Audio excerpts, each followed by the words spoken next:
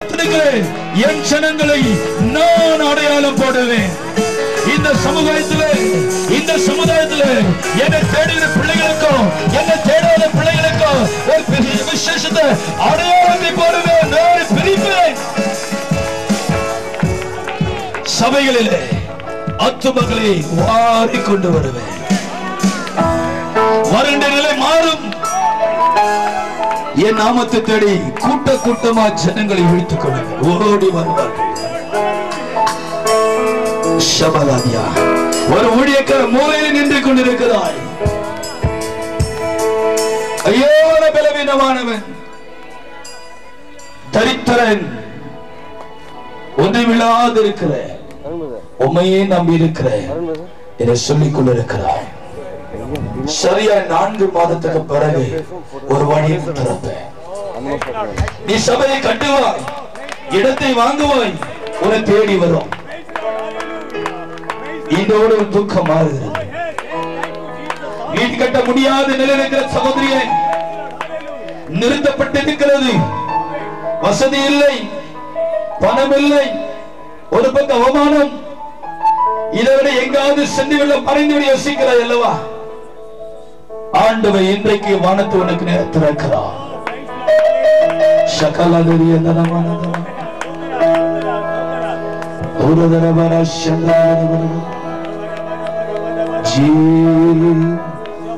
உமக்கே ஆராதனை, உமக்கே ஆராதனை. கரங்களை கூப்பி கர்த்தரை ஆராதிப்போம். ஐயா உமக்கே ஆராதனை, உமக்கே ஆராதனை. ஐயா உமக்கே ஆராதனை. இந்த கடைசி நாட்களுக்கு நன்றி சொல்லுகிறோம். உமக்கே ஆராதனை. அன்பின் ஆண்டவரே, பரலோக பிதாவே, ஒருவரு வாசம் பண்ண கூடாத ஒளியில வாசம் பண்ணுகிற ஓ வானாதி வானங்களை கொள்ள ஒழியாதவரே, மகா உன்னதரே, உலகத்தை படைத்தவரே, சர்வ வல்லமை நிறைந்தவரே, மரித்தேன் ஆனாலும் சதா காலத்திலும் உயிரோடு சொல்லி உயிர்த்தெழுந்த இயேசுவே, ஜீவன் உள்ளவரே, மெய்யான தெய்வமே, இந்த மாலகளில் உம்மை சாஷ்டாங்க தாழ்த்துகிறோம். நமக்கு பிரசன்னம் என் மத்தியில் இறங்கினதற்காக நன்றி. உங்களுடைய கிரியைகளுக்காக நன்றி. கடந்த நாட்கள் செய்த எல்லா மகத்துவமான கிரியைகளுக்காக நன்றி. உமக்கே ஆராதனை, உமக்கே துதி, உமக்கே ஸ்தோத்திரம், உமக்கே மாட்சிமை. எங்களோடு பேச, இன்றைக்கும் அற்புதங்களை செய்ய, இன்றைக்கு தீர்க்க தரிசன வார்த்தை வெளிப்படட்டும், இன்றைக்கு விடுதலை ஊழியம் வெளிப்படட்டும், இன்றைக்கு மகிமை வெளிப்படட்டும். ஓ இந்த குடும்பத்தில் ஆண்டவரே, குடும்பங்கள் ஆசீர்வாதம் கடந்து வரட்டும். இந்த கூட்டத்துக்கு பிறகு இந்த கூட்டத்தின் தேவைகள் அதிசயமா சந்திப்பீராக, எல்லா வழிகளை திறப்பீராக. உமக்கு நன்றி, உமக்கு நன்றி. இயேசுவின் நாமத்தை வேண்டுகிறேன் பிதாவே, ஆமென். உட்காரோ. கேட்டு ஆச்சரியப்பட்டேன். அவருடைய நாமத்துக்கு துதி உண்டாவதாக. எங்க மத்தியில அருமையான சகோதரர் இங்க இருக்கிறாரு. 17 வருஷத்துக்கு முன்பதாக நடந்த காரியங்கள் இன்னைக்கு சொன்னார். இப்படியா சில காரியங்களை அவ்வப்போது என்னை சந்தித்த தேவ பிள்ளைகள் பகிர்ந்து கொண்டார்கள். கர்த்தருடைய நாமத்துக்கு ஸ்தோத்திரம். ஆமென். என்னால தொண்டை எனக்கு இல்லை, என்னோட கூட பொறுத்து கொள்ளுங்க. நீண்ட நேரம் கொஞ்சம் ஆராதனை பண்ணணும்னு நினைக்கிறேன். சில வெளிப்பாடு வந்து கொண்டே இருக்கிறது. ஆனால் என்னை சரித்து ஒப்புக் கொடுக்க முடியவில்லை. காரணம் இன்னைக்கு காலையில 2 ஆராதனை வேறு சில வீடுகளை சந்தித்து ஜெபித்தேன். அவையில் தொண்டை சரியான நிலையில் இல்லை. ஜெபத்தில் தாங்கிக் கொள்ளுங்கள். 2 ராஜாக்களின் புஸ்தகம் ஒரு அருமையான தீர்க்க தரிசன புஸ்தகம். 3ஆம் அதிகாரத்திலே நான் திருப்பிக் கொள்வோம். வசனம் 16, 17. அவன் கர்த்தர் உரைக்கிறது என்னவென்றால், somebody turn with me the book of 2 Chronicles chapter 3 and verses 16 and 17. Somebody read it. இப்போது வாசியுங்கள். கர்த்தராகிய இயேசு கிறிஸ்து அந்த வார்த்தையின் வல்லமை ஆண்டவர் உங்களுக்கு சொல்லுகிறது என்னவென்றால், இந்த ராணிப்பேட் பகுதியிலே கூடி வந்திருக்கிற இந்த மைதானத்தில் இருக்கிற ஒவ்வொரு தேவ பிள்ளைகளுக்கும் இதோடு கூட இந்த மைதானத்தில் இந்த ஒளிப்பெருகிய சத்தத்தை இந்த சத்தத்தின் வழியாக கேட்டுக் கொண்டிருக்கிற வீடுகளிலே ஆங்காங்க நின்று கொண்டிருக்கிற தூரத்தில் சமீபத்தில் நின்று உட்கார்ந்து கேட்டுக் கொண்டிருக்கிற ஒவ்வொரு ஜனங்களுக்கும் எல்லா ஜனங்களுக்கும் ஆண்டவராகிய இயேசு கிறிஸ்து இந்த மாலையிலே சொல்லுகிறது என்னவென்றால், இந்த பள்ளத்தாக்கிலே எங்கும் வாய்க்கால்களை வெட்டுங்கள். பள்ளத்தாக்கிலே எங்கும் வாய்க்காலை வெட்டுங்கள். பள்ளத்தாக்கிலே எங்கும் வாய்க்காலை வெட்டுங்கள். பள்ளத்தாக்கிலே எங்கும் கால்வாயை வெட்டுங்கள். பள்ளத்தாக்கிலே எங்கும் வழியை ஆயத்தப்படுத்துங்கள். பள்ளத்தாக்கிலே எங்கும் ஒரு சேனலை ஆயத்தப்படுத்துங்கள். காரணம், கர்த்தராகிய தேவன் சொல்லுகிறார், நீங்க காணாத பட்சத்துல, நீங்கள் அறியாத காணாத எதிர்பார்க்காத ஏதோ ஒரு ஆசீர்வாதமான மழை பரலோகத்திலிருந்து உங்கள் மேல் இறங்கி வரப்போகுது. உங்க குடும்பத்துக்கு இறங்கி வரப்போகுது. உங்கள் சூழ்நிலைக்கு இறங்கி வரப்போகுது. ஒரு ஆசீர்வாதமான இறைச்சல், ஒரு ஆசீர்வாதமான மழை உங்கள் மேலே, உங்க குடும்பத்து மேலே, உங்க பட்டணத்து மேலே, உங்க காரியங்கள் மேலே ஒரு பெரிய மழையை கர்த்தர் அனுப்ப போகிறார். எத்தனை பேர் விசுவாசிக்கிறீங்க? ஆமென். இன்றிரவு கர்த்தர் இந்த சத்தத்தை கேட்கிற இந்த வார்த்தையை நம்பி விசுவாசத்தோடு உள்ளத்தில் ஏற்றுக்கொள்ளுகிற உங்களுக்கு ஒரு நற்செய்தி, ஆண்டவராக தேவன் உங்கள் ஒவ்வொருவருக்காக ஒரு கீழ்காற்றை ஆயத்தப்படுத்தி வச்சிருக்கிறார். எத்தனை பேர் நம்புற? விசுவாசத்தை கரங்களை தட்டி கர்த்தரை ஸ்தோத்திரம் பண்ணுங்க. இந்த மாதத்துல இந்த இரவு கர்த்தர் சொல்லுகிறார், மகளே மகனே, நான் உனக்காக ஒரு கீழ்காற்றை ஆயத்தப்படுத்தி வைத்திருக்கிறேன். பின்னாடி கையை தட்ட மாட்டீங்களா? உங்களுக்கு மழை வேண்டாமா? வாசிங்கள். நீங்கள் காற்றையும் காண மாட்டீர்கள். கர்த்தர் சொல்லுகிறது, மனுஷன் சொல்லுவது அல்ல, ஏதோ ஒரு மேதை சொல்லுவது அல்ல, ஒரு பொயிட்ரி ஒரு கவிஞன் சொல்லுவது அல்ல, படித்தவனோ மேதையை சொன்னவனோ சொல்லுகிற வார்த்தை அல்ல. கர்த்தர் சொல்லுகிறது, இந்த கர்த்தரையா, இந்த கர்த்தர் வானத்தையும் பூமியும் முழு உலகத்தையும் படைத்த சர்வ வல்லமுள்ள தேவன். இந்த கர்த்தரையா, அவர் பெரிய பெரிய அதிசயங்களை செய்கிறவர். இந்த கர்த்தரையா, இவர் அதிசயங்களையும் வானத்திலும் பூமியிலும் பெரிய பெரிய மகத்துவங்களை உண்டு பண்ணின தேவன். இந்த கர்த்தரையா, இவர் சகல அதிகாரமும் வல்லமையும் மாட்சியும் மேன்மையும் உள்ளவர். அவர் சொல்லுகிறாரு, நீங்கள் காற்றையும் காண மாட்டீர்கள். நீங்கள் உங்க சொந்த கண்களினால இயற்கையான காற்றையும் காண மாட்டீங்க, மழையையும் காண மாட்டீர்கள், இயற்கையான மழையும் காண மாட்டீங்க. ஆனால் உங்கள் கண்கள் வேறு ஏதோ ஒன்றை இன்று இரவு காணும் என்று சொல்லுகிறார். எத்தனை பேர் நம்புகிறீங்க, விசுவாசிக்கிறீங்க? ஒரு அல்லேலூயா சொல்லுவோம். அல்லேலூயா. விசுவாசித்தால் தேவனுடைய மகிமையான கிரியைகளை இன்று இரவு உங்க சரீரத்துல, உங்க ஆவியில, உங்க ஆத்மாவில, உங்க வீடுகளில, உங்க தொழிலில, உங்க வியாபாரத்துல, உங்க குடும்ப காரியங்களில, உங்க பிள்ளைகள் வாழ்க்கையில இன்று இரவு தேவனுடைய மகிமையான கிரியை காணுவீர்கள். அல்லேலூயா. வேதம் சொல்லுகிறது, நீங்கள் காற்றையும் மழையும் காண மாட்டீர்கள். இன்றிரவு ஒரு ஆசீர்வாதமான வார்த்தை, ஒரு வாக்குத்தத்த செய்தி. நேற்றிரவு ஒரு எச்சரிப்பின் செய்தி, நேற்றிரவு கடினமான செய்தி தான். இன்றிரவு உங்களுக்கு ஒரு வாக்குத்தத்தத்தை கத்து சொல்லுகிறார். ஆண்டவர் சொல்லுகிறார், நீங்கள் காற்றையும் காண மாட்டீங்க, மழையும் காண மாட்டீங்க, ஆனாலும், அது வாசிங் பாஸ்டர், ஆனாலும் ஆனாலும் போதும் போதும், ஆனாலும் ஆனாலும் என்கிற வார்த்தையில் தான் தெய்வத்தின் வல்லமை வெளிப்படுகிறது.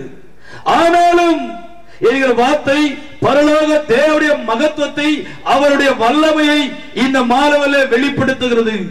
ஆனாலும் என்னால, ஆனாலும் என் நாமத்தினால், ஆனாலும் என் வல்லமையினால், ஆனாலும் என் கிருபையினால், ஆனாலும் உயிர்த்தெழுந்த என்னுடைய நாமத்தினால் ஏதோ ஒன்றை உங்கள் கண்கள் காணும். எத்தனை பேர் நம்புறீங்க? ஏதோ ஒரு வல்லமை, ஏதோ ஒரு காரியத்தை இன்றிரவு உங்க கண்கள் காணும் என்று சொல்லுகிறார். நீங்களும் உங்கள் ஆடு மாடுகளும் நீங்களும் உங்கள் ஆடு மாடு உங்கள் மிருக ஜீவன்களும் உங்களோடு இருக்கிற மிருக ஜீவன்களும் குடிக்கும்படிக்கு இந்த பள்ளத்தாக்கு தண்ணீரால் நிரப்பப்படும் என்று. அருமையானவர்களே, வேத வசனமே சொல்லுகிறது பள்ளத்தாக்கு தண்ணீரால் நிரப்பப்பட போகிறது. சாத்தியமா? பள்ளத்தாக்கு வனாந்திரம். வேதம் சொல்லுகிறது பள்ளத்தாக்கு, நீங்க நின்று கொண்டிருக்கிற பள்ளத்தாக்கு நான் தண்ணீரை அனுப்புவேன். நீங்க நின்று கொண்டிருக்கிற வனாந்திரத்துல நான் தண்ணீரை அனுப்புவேன். இது ஆழங்களுக்கு புரியல. நிற்கிற இடமோ வனாந்திரம், நின்று கொண்டு புலம்புகிற இடமோ பள்ளத்தாக்கு. ஆண்டவர் சொல்லுகிறார், நின்று கொண்டிருக்கிற வனாந்திரத்துல பள்ளத்தாக்குல தண்ணீர் வருவதற்கு சாத்தியமில்லை. தண்ணீர் வருவதற்கு, மழை வருவதற்கு எந்தவித சாத்தியக்கூறு இல்லை. ஆனாலும் நீங்க நிற்கிற இடத்திலே நான் தண்ணீரை வர வைப்பேன். இதுதான் வார்த்தை. ஹல்லேலூயா, ஹல்லேலூயா. யாருக்கு ஆண்டவர் சொல்லுகிறார்? எப்போது சொன்னார்? எதற்கு சொல்லுகிறார்? அருமையானவர்களே, 3 ராஜாக்களை பார்த்து, இஸ்ரவேலின் ராஜா, யோதாமின் ராஜா, யூதா தேசத்தின் ராஜா, 3 ராஜாக்களை பார்த்து இந்த தீர்க்க தரிசன வார்த்தை எலிசா மூலியமாய் பரலோக தேவன் பேசினார். அந்த அதிகாரம் சொல்லுகிறது, ஒருமுறை இஸ்ரவேல் தேசம் அல்லது இஸ்ரவேல் ஜனங்களுக்கு விரோதமாய் சரித்திரம் சொல்லுகிறது. எப்போது இந்த சம்பவம் நடந்தது, யாருக்கு சொல்லப்பட்டது? ராஜாக்களுக்கும் அவர்களோடு கொண்ட வேலைக்காரர்களுக்கும் ஆடு மாடுகளுக்கும் நடந்த சம்பவத்தை ஆண்டவர் சொல்லுகிறார். அருமையானவர்களே, இஸ்ரவேல் ஜனங்களுக்கு விரோதமாய் மோவாபின் ராஜாவாகிய யோராம் என்கிற ராஜா, மோவாபின் ராஜாவாகிய யோராம் என்கிற ராஜா தேவனுடைய பிள்ளைகள் விரோதமாய் யுத்தம் பண்ண வருகிறான். தேவ பிள்ளைகள் விரோதமாய், கர்த்தருடைய பிள்ளைகள் விரோதமாய் மோவாபின் ராஜாவாகிய யோராம் ராஜா பயங்கரமாய் மூர்க்கமாய் தேவ ஜனங்களுக்கு விரோதமாய் எழும்பி வருகிறான் என்று சரித்திரம் சொல்லுகிறது. இதை இஸ்ரவேல் ராஜா கேட்ட பொழுது, யோதாமின் ராஜா கேட்ட பொழுது அவங்களுக்குள்ளே ஒரு கலக்கம், பயம். ஐயோ, ஏன் இந்த மோவாபின் ராஜா நமக்கு விரோதமாக வருகிறான்? ஏன் இந்த ராஜா துன்மார்க்கமான ராஜா, அநீதியான ராஜா, அந்நிய தெய்வங்களை பின்பற்றின ராஜா ஏன் தேவ பிள்ளைகள் விரோதமாக வருகிறான்? என்ன செய்வானோ தெரியவில்லை என்று இனி இஸ்ரவேல் ராஜா கலங்கிற நேரத்தில் அவன் சென்று அவனோடு கூட பக்கத்தில் இருந்த சின்ன சின்ன தேசத்து ராஜாவாகிய யோதாமின் ராஜா, யூதா தேச ராஜா எல்லாரும் சேர்த்துக் கொண்டு இப்பொழுது இவர்கள் 3 ராஜாக்கள் ஒன்று சேர்ந்து வந்து ஒரு இடத்தில் நிற்கிறாங்க, ஒரு வனாந்தரத்தில் நிற்கிறாங்க. என்ன தெரியலையே, பக்கத்து தேசத்து ராஜா எனக்கு விரோதமா வரப்போகிறான், நான் ஒண்டியா இருக்கிறேன், என்னால முடியாது. 2 நண்பர்களாக நீங்கள் ராஜாக்களே என்னோடு கூட வாங்க, நம்ம எல்லாம் சேர்ந்து ஏதாவது வழியை பார்க்கலாம் என்று பேசும் பொழுது இந்த 3 ராஜாக்கள் ஒரு வனாந்தரத்தில் நிற்கிறாங்க. இவர்களோ கூட ஏராளமா ஆடு மாடுகள், இவர்களோ கூட ஏராள பணிவிடைக்காரர்கள் இருக்கிறார்கள். இப்போது தண்ணீர் இல்லாத பிரச்சனை.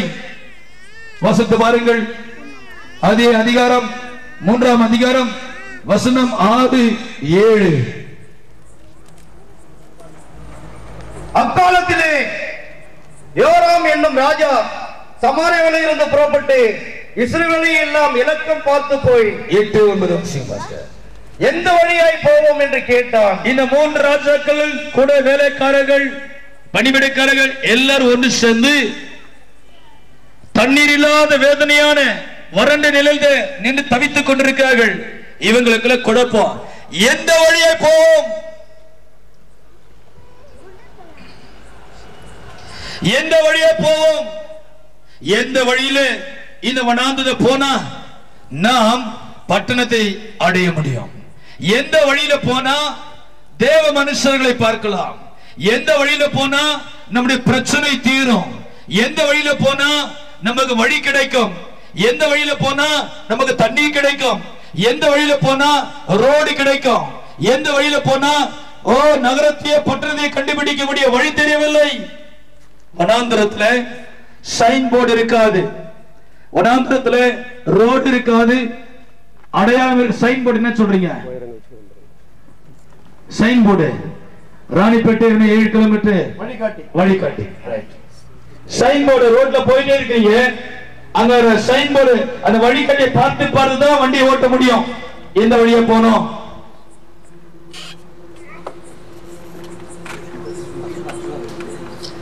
அறிவியர்களே, வனாந்திரத்துல சைன் போர்டு கிடையாது. எங்க பார்த்தாலும் வனாந்திரம், எல்லாம் ஒரே மாதிரி காணப்படும். எங்க திசை தெரியல, எப்படி போறது தெரியல, நிற்கிற இடம் வனாந்திரம். இங்க தண்ணி இல்ல, நான் கொண்டு வந்த தண்ணி எல்லாம் தீர்ந்து போய்விட்டது. எனக்கும் தண்ணி இல்லை, நமக்கும் தண்ணி இல்லை, ஆடு மாடுல தண்ணி இல்லை. இப்போது எங்க போவது, என்ன செய்வது? அவங்களுக்குள்ளே ராஜாக்களுக்கு ஒரு குழப்பம், பயம், திகில். ஒரு பக்கம் மோவாபு ராஜா வருகிறான், இன்னொரு பக்கம் வழி தெரியல, நிற்கிற இடமா வனாந்திரம். என்ன செய்வது? ஒரே பயமும் திகிலும் குழப்பம் இருக்கிற வேலையில இவங்க ஒன்று சேர்ந்து பேசுறா, ஐயோ பாஸ்டர் மன்னிக்கும், ஐயோ ராஜாக்களே, நாம் எந்த வழியா போனா நமக்கு தண்ணி கிடைக்கும், எந்த வழியா போனா நம்முடைய பிரச்சனை மாறும், எந்த வழியை பின்பற்றினா நம்முடைய காரியங்கள் கை கொண்டு வரும் என்று ஒரு குழப்பம். இன்னைக்கு இந்த மாலை வேளையில நம்முடைய குழப்பம் கூட அதுதான். உங்க வாழ்க்கையில எத்தனையோ போராட்டங்கள், சத்துருகிற விதமாய் மந்திரத்தின் ஆவி, பில்லி சுனியத்தின் ஆவி, செய்வினின் ஆவி அனுப்பி உங்களுக்கு விரோதமாய், உன் குடும்பத்துக்கு விரோதமாய், உன்னுடைய ஆசீர்வாதத்துக்கு விரோதமாய், உன்னுடைய நன்மைகளுக்கு விரோதமாய், உங்க பிள்ளைகளுக்கு விரோதமாய், உங்க குடும்ப காரியங்களுக்கு விரோதமாய் சத்துருவு எப்போதுமே உங்களுக்கு விரோதமாய் வேகமாய் வந்து உங்களுடைய ஆசீர்வாதங்களை அழிக்கும்படியாக, உங்களை நிர்மூலமாக்கும்படியாக, உங்கள் காரியங்களை அள்ளி கொண்டு போகும்படியாக சத்துரு உங்களுக்கு விரோதமா வந்து கொண்டிருக்கிறார். இந்த நேரத்தில் நீங்களும் நான் கூட அப்படிதான் ராஜாக்கள் போல ஜெபிக்கிறோம். எந்த வழியா போவது பாஸ்டர்? எந்த வழியை நான் கையாளுவது? எந்த வழியில நான் பின்பற்றினா எனக்கு விடுதலை கிடைக்கும்? எந்த வழியில நான் சென்றால், எந்த வழியை நான் பின்பற்றினால், எந்த வழியை நான் கையாண்டால், எந்த வழியை நான் என் வாழ்க்கையை தெரிந்து கொண்டால் என் வியாதி சுகமடையும்? எந்த வழியை நான் கையாண்டா என் பிரச்சனை மாறும், என் கடன் தொல்லை மாறும், என் வேதனை நீங்கும்? எந்த வழியில போனா, எந்த வழியை கையாண்டா என் சூழ்நிலைகள் மாறும்? இதுதான் நம்முடைய கேள்வி. இந்த ராஜாக்கள் கேட்டாங்க, எந்த வழியா போவது? இப்படி குழப்பமாய் இருக்கிற வேலையில தான் அவங்களுக்குள்ளே ஒரு வேலைக்காரன், இந்த ராஜாக்களோட பணிவிடைக்காரன் வந்தார்கள். அந்த வேலைக்காரன் மேலே ஆவியானவர் இறங்கினார்.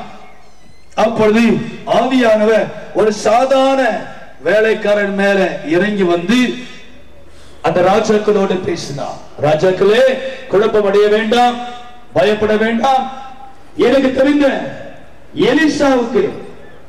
எலியாவுக்கு தண்ணீரை வார்த்த அவருடைய வேலைக்காரனாக எலிசா என்ற ஒரு தேவ மனுஷன் பட்டணத்தில் இருக்கிறார். ஒருவேளை அங்க போனா நாம் என்ன செய்ய வேண்டும் என்பதான ஒரு பதில், ஒரு விடுதலை கிடைக்கும் என்று இப்போது எலிசா வண்டை வருகிறார்கள். அருமையானவர்களே, இந்த மாலையிலே வனாந்திரம், பள்ளத்தாக்கு ரெண்டை மிக முக்கியமாக சொல்லுகிறேன். வனாந்திரம் என்னால் என்ன, பள்ளத்தாக்கு என்று சொன்னால் என்ன? ஆண்டவர் சொல்லுகிறார், காற்றையை காண மாட்டாய், மழையை காண மாட்டாய், ஆனால் நீ நின்று கொண்டிருக்கிற வனாந்திரத்திலே உனக்கு நான் தண்ணீரை கொண்டு வருவேன். இதெல்லாம் அற்புதம். ஆமென்.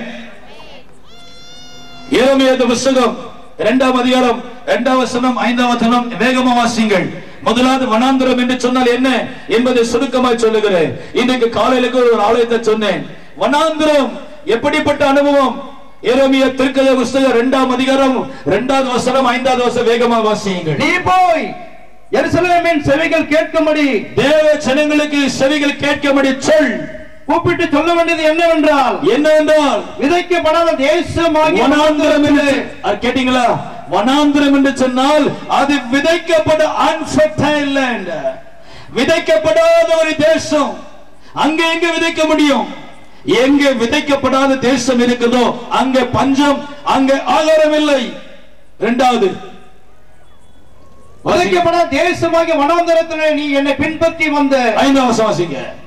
கர்த்தர் சொல்லுகிறது என்னவென்றால், எங்களை எகிப்து தேசத்திலிருந்து வரப்பண்ணினவரும் அவாந்திர வெளியும். இரண்டாவது வனாந்திரம் என்ன? அது ஒரு அவாந்தர வெளி, தனிமையான காடு. மூன்றாவது வனாந்திரம் என்று சொன்னா என்ன? பள்ளங்களும் உள்ள தேசம். அது பள்ளமோ மேடு நிறைந்த தேசம். அது உட்கார்ந்து கொண்டிருக்கீங்களே அந்த மாதிரி பிளாட்டா இருக்காது. அது திடீர் பள்ளம் இருக்கும், திடீர் மேடு இருக்கும். பள்ளமோ மேடும், பள்ளமோ மேடும். எந்த மனுஷனும் அதுல பிரவேசிக்க, எந்த மனிதனும் அதுல பிரயாணம் பண்ண விரும்ப மாட்டான். வனாந்திரம் என்ன? அது பள்ளமோ மேடு நிறைந்த இடம். அடுத்து வனாந்திரம் என்ன? வறட்சியும். அது வறண்ட நிலம். வனாந்திர தண்ணீர் கிடைக்காது, நிழல் கிடைக்காது, ஆதரவு கிடைக்காது, எந்த போஜனமும் கிடைக்காது. அது வறண்டு போன நிலம். இதுதான் வனாந்திரம். அடுத்து மரண இருளும் உள்ள தேசம். வனாந்திரத்துல மகிழ்ச்சி இருக்காது, களிக்கூறு இருக்காது. வனாந்திரத்துல மரண இருள், பயம் என்கிற இருள். மரணத்துக்குரிய ஐயோ என்ன நடக்கும், இந்த இருள் என்ன நடக்கும்? வனாந்திரத்துல ஸ்ட்ரீட் லைட் இருக்காது. வனாந்திரத்துல இப்படி ஒரு ஆலோசனை இருக்காது. வனாந்திரத்துல இருள், எங்கு பார்த்தாலும் இருள், பயங்கரமான இருள், மரண இருள் சூழ்ந்த இடம் வனாந்திரம். அடுத்து வனாந்திரம் என்ன? ஒருவனும் கடவாமலும், ஒருவனும் கடவாமலும், ஒரு மனுஷன் குடியிராமலும், ஒரு குடும்பமா ஒரு மனுஷன் வாழ முடியாத இடம். ஒரு மனுஷன் நடக்கவும் முடியாது, வாழவும் முடியாது, பிரவேசிக்க முடியாது. அது தனிமையான ஒரு இடம். அது தனிமையான ஒரு இடம். மனுஷனுடைய நடமாட்டம் இருக்காது, மனுஷனுடைய நடமாட்டமும் மனுஷனுடைய உதவி இருக்காது. அது ஒரு தனிமையான இடம். இதுதான் வனாந்திரம். அடுத்து வாசிங் பாஸ்டர். வனாந்திரத்தில் எங்கள் நடத்தினவருமாகிய கர்த்தர் எங்கே என்று உங்கள் பிதாக்கள் கேளாதீங்க. இதுதான் வனாந்திரம். அருமையானவர்களே, ஆதரவற்ற, ஆதாரம் இல்லாத, ஆட்கள் இல்லாத, மனுஷ நடமாட்டம் இல்லாத, எந்த நிழலோ செடியோ கொடியோ இல்லாத வறட்சி, வேதனை, மரண இருள், பயங்கரமான வறண்ட நிலம். இது மேடு பள்ளமோ, ராத்திரி வேளையிலே விஷ பூச்சிகள், தேள்கள், பாம்புகள் உங்களை கடிக்கும், கொட்டும், நிர்மலமாக்கும். ஒரு பக்கம் பயம், திகில். இதுதான் வனாந்திரம். இந்த இரவிலே உங்க வாழ்க்கை எப்படி இருக்கிறது? ஐயோ, நான் இருக்கிற இடம், நான் வாழ்ந்து கொண்டிருக்கிற இடம், நான் ஊழியர் செய்து கொண்டிருக்கிற இடம், நான் வேலை செய்து கொண்டிருக்கிற இடம் ஒரு வனாந்திரத்தை போல இருக்கிறதா? வறண்ட நிலம், இருள், பயம், திகில், வெளிச்சம் இல்லை, வழி தெரியவில்லை. உங்க வாழ்க்கை இந்த மாலையில வனாந்திரமா இருந்தாலும் ஆண்டவர் இமை பொழுதுல அதை வயல்வெளியை மாற்ற வல்லவர். ஆமென். எத்தனை விசுவாசிக்கிறீங்க? ஹல்லேலூயா, ஹல்லேலூயா, ஹல்லேலூயா. இதுதான் வனாந்திரத்தின் அனுபவம். அப்படினா பள்ளத்தாக்கு எங்க கால்வாயை வெட்டின்னு சொன்னா, பள்ளத்தாக்குனா என்ன? இதுவரை கேட்டிருக்க மாட்டீங்க. இதுவரை செவியில கேட்டிருக்காத வார்த்தை ஆண்டவர் பைபிளை வைத்திருக்கிறார். இதோடு எசேக்கியேல் தீர்க்கதரிசன புத்தகம் 2ஆம் அதிகாரத்தை மணிக்கு 3ஆவது திருப்பிக் கொள்ளுங்கள். அங்கே வருகிற பள்ளத்தாக்கை குறித்து வேதம் என்ன சொல்லி இருக்கிறது? இதோடு சேர்ந்து எசேக்கியேல் தீர்க்கதரிசன புத்தகத்தை திருப்பிக் கொள்ளுவோம். எசேக்கியேல் 3ஆம் அதிகாரத்திலிருந்து பள்ளத்தாக்குனா என்ன? யாரும் எழுந்து போய்விடாதீங்க, முடித்து கொஞ்ச நேரத்தை முடிச்சு விடுகிறேன். 3ஆம் அதிகாரம் வசனம் 21, 22, 23, 24 பின்னால் தெளிவாக வாசிங்கள். நீதிமான் பாவம் செய்யாதபடிக்கு நீ நீதிமானை எச்சரித்த பின்பு அவன் பாவம் செய்யாவிட்டால் அவன் பிழைக்கவே பிழைப்பான். அவன் எச்சரிக்கப்பட்டான், நீயும் உன் ஆத்துமாவை தப்புவித்தாய் என்றார். வாசிங்கள். அவ்விடத்திலே கர்த்தருடைய கரம் என்மேல் அமர்ந்தது. கவனிங்க, வனாந்திரம் அதோட மேன்மை பார்த்தோம். இப்போது பள்ளத்தாக்கு என்றால் என்ன?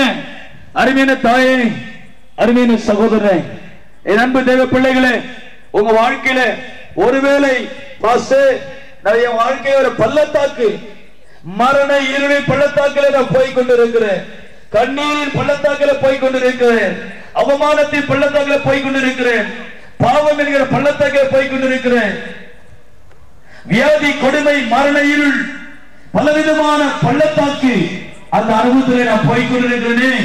யார் என்னை விடுவிப்பார்கள்? பயங்கரமான பள்ளத்தாக்கின் அனுபவத்தில் நாங்களும் போய் கொண்டிருக்கிறோம். யார் எனக்கு உதவி செய்வாங்க?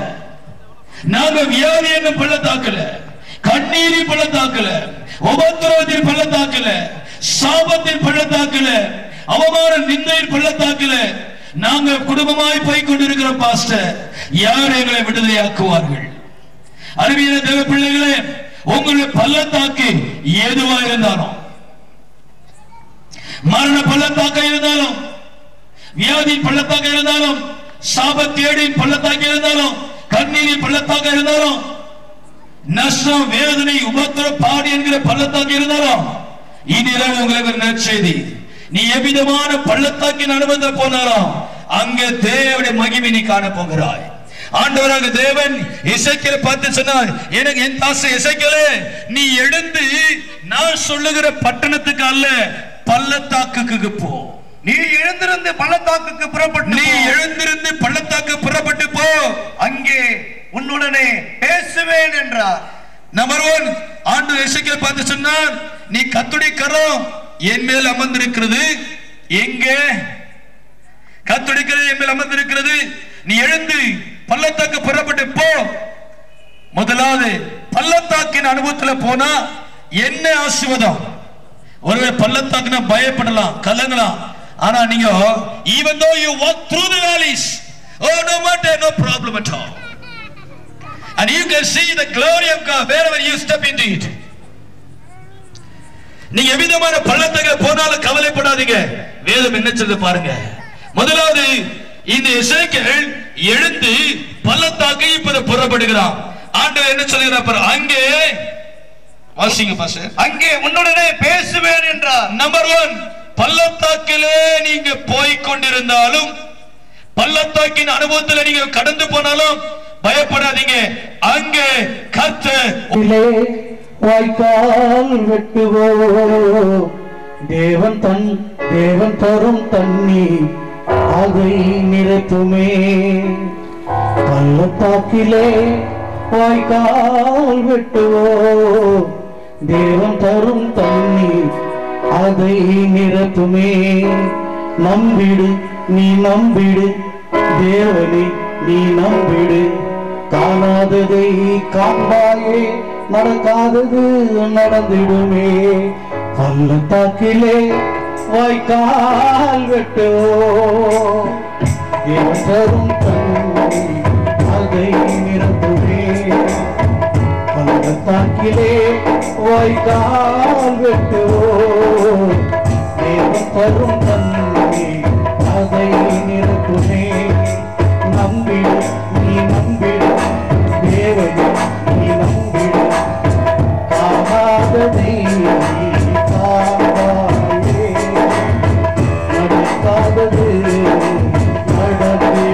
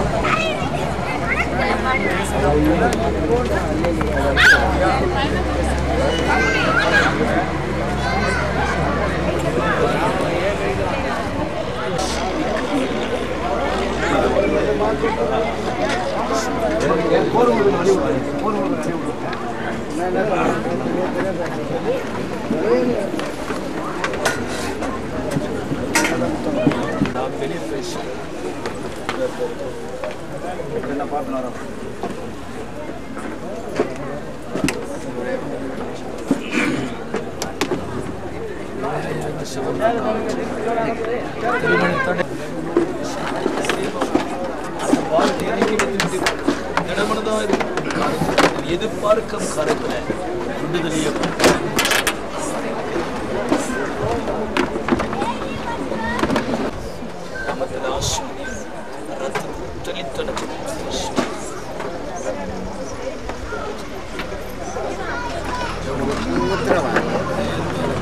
இப்படி வந்துட்டா எப்படி தண்ணீர்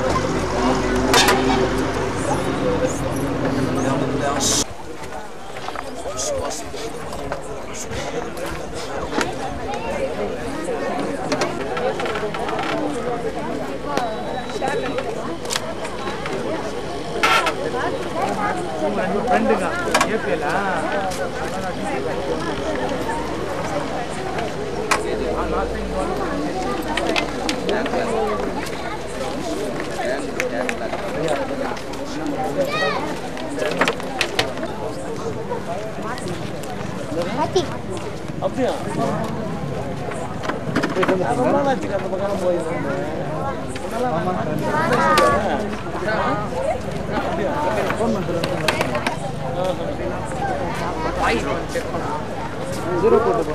எடுக்குங்களா? ஒரு நிமிஷம், ஒரே செகண்ட்.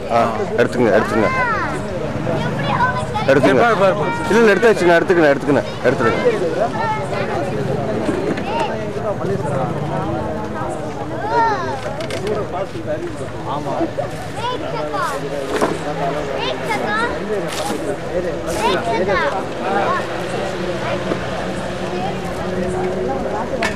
எல்லாரோட ஜெபம். அண்ணா ஒரு லிட்டர் பால் இல்ல, ஒரு லிட்டர் பால்.